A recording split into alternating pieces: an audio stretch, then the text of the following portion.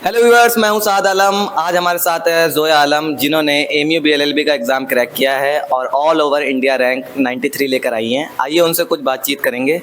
तो जोया, सबसे पहले कॉन्ग्रेचुलेशन आपको, आपने एमयू का एग्ज़ाम क्रैक किया है। Thank you very much. तो जोया, आप कैसी हैं? अल्हम्दुलिल्लाह बहुत अच्छी हूँ। आपको कैसा फील हो रहा है? एमयू का एग्ज़ाम आपने निकाला है, सिलेक्शन हुआ है आपका एमयू में, तो अभी कैसा लग रहा है? बहुत अच्छी फीलिंग आ रही है, बहुत अच्छा भी लग रहा है। अल्हम्दुलिल्लाह मैंने तो रंग ले आई तो यस। अच्छा जोया, आप फ्रेशर थी या ड्रॉपर थी? ड्रॉपर थी। ड्रॉपर थी तो आपने प्रीवियस ईयर कोई एग्ज़ाम दिया था एमयू का या फिर जामिया का? जामिया का दिया था। जामिया का दिया था, तो उसमें सिलेक्शन हुआ था आपका? नहीं। और इस बार एमयू का पहली बार दिया आपने? हाँ, फर्स्ट अटेम्प्ट था। तो जोया, पिछली बार आपने एमयू का एग्ज़ाम नहीं दिया और इस बार एमयू का एग्ज़ाम दिया है, कुछ इसके पीछे कुछ खास रीज़न है क्या? जी बिल्कुल है। एक्चुअली मेरा कोई प्लान नहीं था एएमयू का एग्ज़ाम देने के लिए। फैसल सर के पास जब मैं आई तो उन्होंने मुझे इंसिस्ट किया कि एज़ अ ट्रायल इसको दे के देख लो। तो मैंने फिर इसका फॉर्म वगैरह फिल किया एंड प्रिपरेशन स्टार्ट कर। सो अल्हम्दुलिल्लाह रैंक भी सिक्योर कर ली। तो ये था। अच्छा जोया, मतलब आपका कोई पहले से प्लान नहीं था और आपने एकदम ही ट्रायल के लिए जो एग्ज़ाम दिया और आपका सिलेक्शन भी हो गया। अच्छा जोया, मैं ये जानना चाहूँगा, जब आपने प्रिपरेशन स्टार्ट की थी, मतलब आपकी जो प्रिपरेशन जर्नी थी वो कहाँ से स्टार्ट हुई है? मेरी प्रिपरेशन जर्नी मिड फ़ैब से स्टार्ट हुई। तब मुझे अपनी एक फ्रेंड के थ्रू कोचिंग का पता चला एमएलएस का। मैंने उस वक्त तो ही अपनी प्रिपरेशन स्टार्ट करी and I was an offline student. So मैंने क्लासेस रेगुलरली ली है, सारे मॉक्स दिए हैं। प्लस उसमें मेरा मेन रोल जो रहा है वो कहीं ना कहीं जो लास्ट ईयर जिसमें मैं लैग करी वो मेरा गाइडेंस का रोल था। मतलब आपको सिलेबस पता रहता है बट कहीं ना कहीं आपको ये नहीं पता रहता कि आपको कौन से पॉइंट्स कवर करने होते हैं। तो कहीं ना कहीं सर ने मेरी बहुत हेल्प करी, फैसल सर ने। एंड मेरी जो भी वीक एरिया थे, जो स्ट्रॉन्ग एरिया थे, उन पे बहुत ही अच्छी तरीके से सर ने एनालाइज करके मुझे बताया। तो यस। तो जोया, जब आप एमयू के लिए प्रिपरेशन कर रही थी तो आपके एग्ज़ाम को लेकर क्या स्ट्रेटजी थी आपकी? फ़र्स्ट ऑफ़ ऑल अगर हम अलीगढ़ की बात करें तो हम इसको 3 स्टेजेस में क्लासिफ़ाई कर सकते हैं। So first one is English, then GS and third one is our maths, जो रीज़निंग वाला पोर्शन है। तो सबसे ज़्यादा वेटेज जो हमारा रखता है वो इंग्लिश पोर्शन है। प्लस उसमें क्या होता है, हमारा वोकैब सेक्शन बहुत ही इम्पोर्टेंट रोल प्ले करता है एंड वो अनप्रेडिक्टेबल भी है, कुछ भी आ सकता है। तो इसके लिए सिर्फ मैंने एक ही अप्रोच रखी कि जो मेरे पास मटेरियल था, मेरा फर्स्ट था कि मैं पहले उसको कवर करूँ। जैसे कि हमारी क्लासेस होती थी कुछ आंसर की, वोकैब वगैरह, तो मैंने सारा अपना जो भी मटेरियल था वो कवर किया, प्लस ग्रामर कवर करी। तो यही, और फिर मैंने बहुत सारे क्वेश्चन प्रैक्टिस किए। इंग्लिश के लिए मेरी यही रही है। Then second one is GS. GS आपका बहुत ही ज़्यादा वास्ट है, तो कुछ भी कहीं से भी आ सकता है। तो इसके लिए आप पॉलिटी बहुत अच्छी तरीके से कवर करें, लाइक कॉन्स्टिट्यूशन, वो मैंने उस पर ध्यान दिया। And ancient, medieval, modern history वगैरह और बेसिक साइंस, ये सब कुछ। तो एंड थोड़ा सा इसमें हमारा करंट अफेयर आता है और थोड़ा सा लीगल आता है। लीगल आप कहीं ना कहीं कर लोगे, बट जो हमारा करंट अफेयर है उस पर ज़्यादा ध्यान नहीं दिया एंड उसके 1-2 क्वेश्चन ही आते हैं। तो अगर आपने जामा की प्रिपरेशन कर रहे हो तो आप वो भी कर लोगे।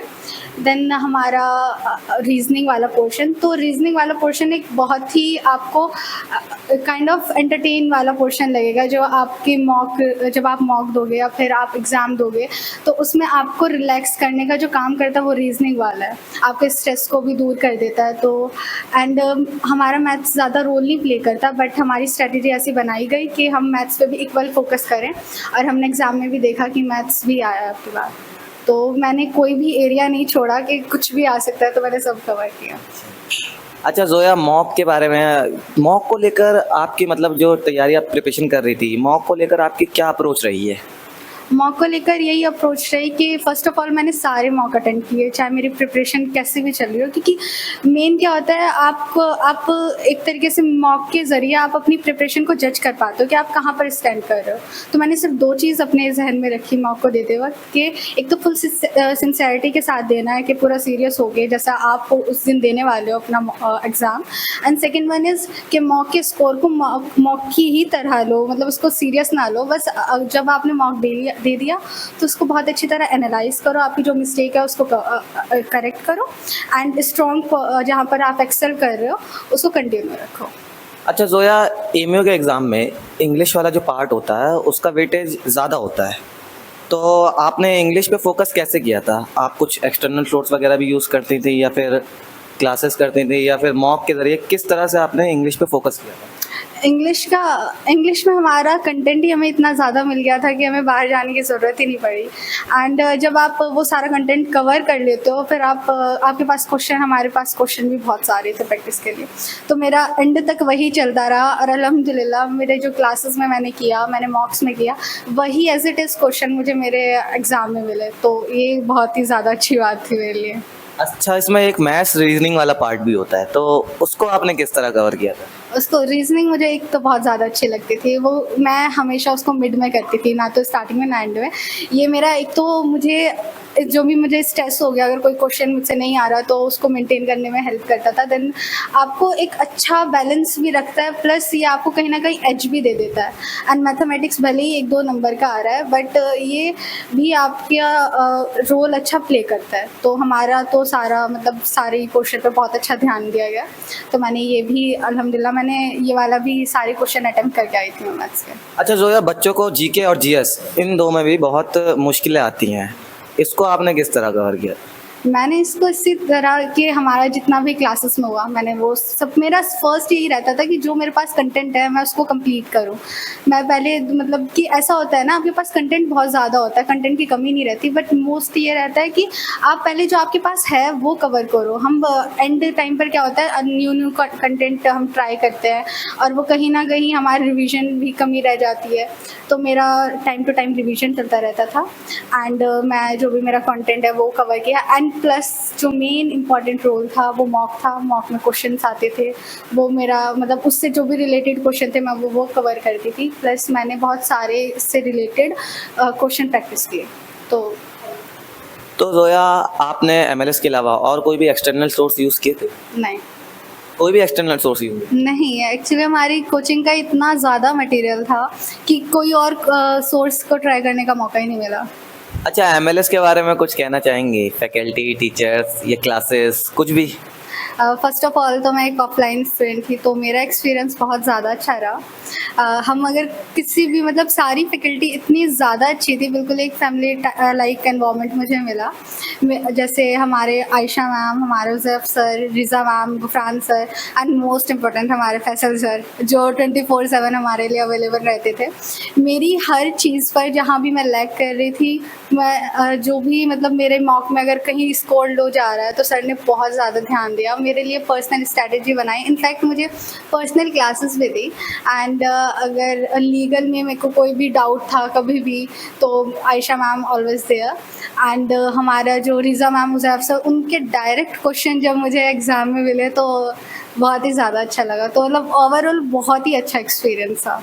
मतलब सब कुछ मिला के ठीक था? हाँ, बहुत ज़्यादा अच्छा। मतलब आपको यहाँ पर ऐसा नींद वाला वो सीन नहीं बनता कि आपको पढ़ते-पढ़ते नींद आ रही है, आप बहुत इंजॉय करोगे। मतलब बहुत अच्छा माहौल था।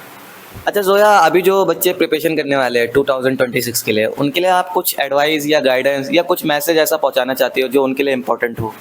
हाँ, मेरा मैसेज यही रहेगा कि एक तो फ़र्स्ट ऑफ़ ऑल सबसे पहले आप पीवाईक्यू कवर करो। वो आपको बहुत ही अच्छा ओवरऑल आपको अप्रोच देता है कि कौन-सा सब्जेक्ट कितनी वेटेज रख रहा है, प्लस क्या-क्या मतलब कौन-कौन से एरिया कवर कर रहा है।